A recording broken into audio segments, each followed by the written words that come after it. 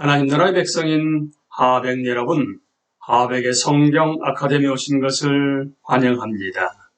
이 시간은 그리스도인이 꼭 알아야 할 기본 진리 91강 시간입니다.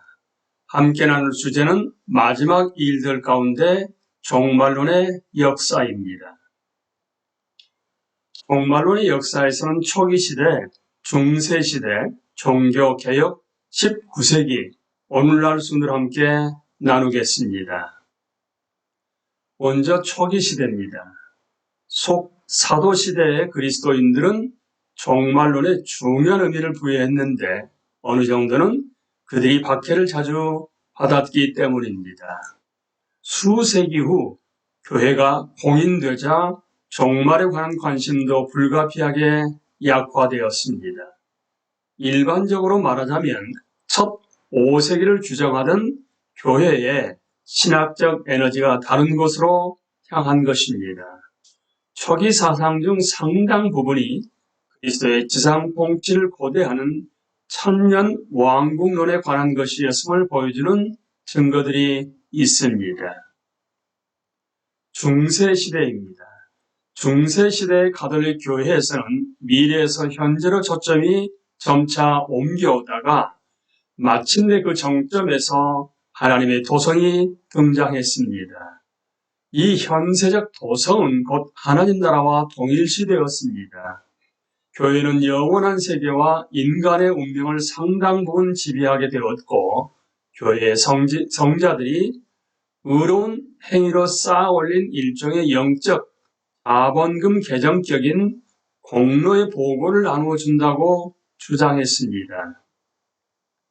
이 시기에 발전한 가장 중요한 신학적 개념은 연옥이었으며 이는 16세기까지 내세 운명과 관련된 전 영역이 심각하게 물질화되고 상품화되는 데 큰 역할을 했습니다. 아마 다른 어떤 것보다 이 내용이 루터의 운동과 개신교 종교 개혁을 일으키는 핵심적 계기가 되었을 것입니다. 중세시대에도 천년 왕국설을 주장하는 이들은 간헐적으로 나타났습니다. 종교개혁입니다. 종교개혁의 1차적 관심사는 구원의 의미와 그것을 성취하는 방법이었기에 종말론에 대한 관심은 다소 부차적이었습니다.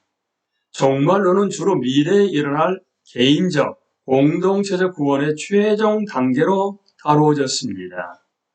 종교개혁 시기에 제세례파에 속한 일부 집단이 천년 왕국을 중심으로 한 종말론을 부활시키기도 했습니다.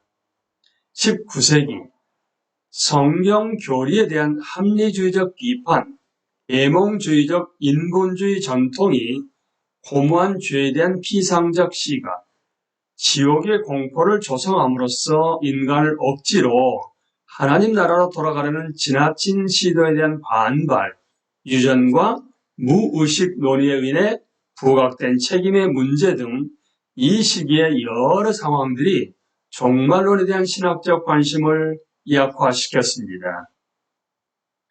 예수님은 단순히 인류 최고의 모범이자 인간의 도덕적 이상을 위대하게 구현한 분에 불과하다고 이해되었습니다.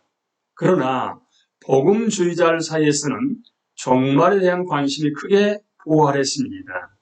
천년 왕국에 대한 다양한 주장이 일어났고 주님의 임박한 재림에 대한 소망이 강렬하게 불타올랐습니다. 이 모든 것이 19세기의 위대한 선교운동과 복음 전도 활동, 사회 개선에 대한 복음주의자들의 관심을 촉진하는 데 상당한 영향을 미쳤습니다.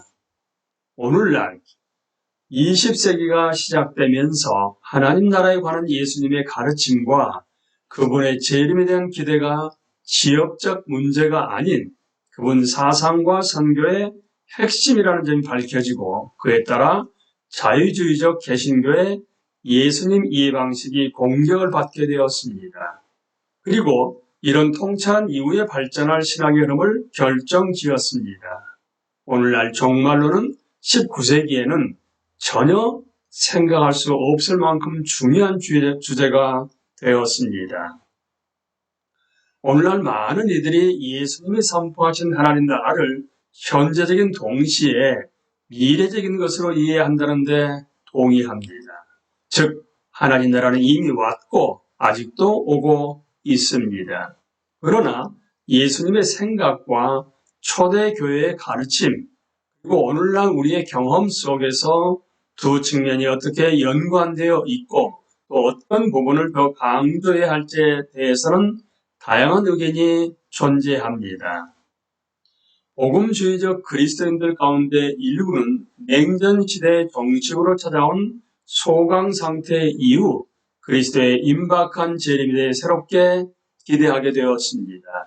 이런 기대는 예수님의 초림 이후 세 번째로 천년이 도래했다는 사실로 인해 촉발되었습니다. 주님의 재림 없이 이 역사적 시기가 지나가자 임박한 종말에 대한 기도는 다소 식었지만 그 소망은 일부 집단에서 계속 이어지고 있으며 그중 일부는 종말과 중동의 정치적 사건을 직접적으로 연결짓고자 노력합니다. 이런 태도는 실제로 현실화되는 경향이 있는데 종말 예언에 대한 문자적 해석이 지정학적 정책, 특히 미국의 정책에 심각한 영향을 줄 수 있기 때문입니다. 최근 들어 종말론은 중동 지역에서 화해보다는 적대적 입장에 대한 지지를 부채질하고 있는 것이 거의 틀림없습니다. 또한 일부 지역에서는 지구 생태계에 임박한 재앙을 보여주는 누적된 과학적 증거를 거부하는 태도가 나타나기도 합니다. 그런 재앙이 다가올 종말의 긍정적이고 희망적인 징조라고 보기 때문입니다. 그러므로 우리는 성경의 예언을 다룰 때 최대한 주의를 기울이고 종말론에 대한 견해가 다르다고 해서 부당한 편견을 가져서는 안 됩니다. 그리고 무엇보다 종말에 관한 성경의 가르침에 내포된 도덕적 함의를 현재 삶에서 실천해야만 합니다. 우리는 이 시간에 마지막 일들과 관련하여 종말론에 대해서 초기 시대, 중세 시대, 종교개혁, 19세기, 오늘날 어떻게 달라졌는지에 대해서 함께 나누었습니다. 강의를 마치겠습니다. 감사합니다.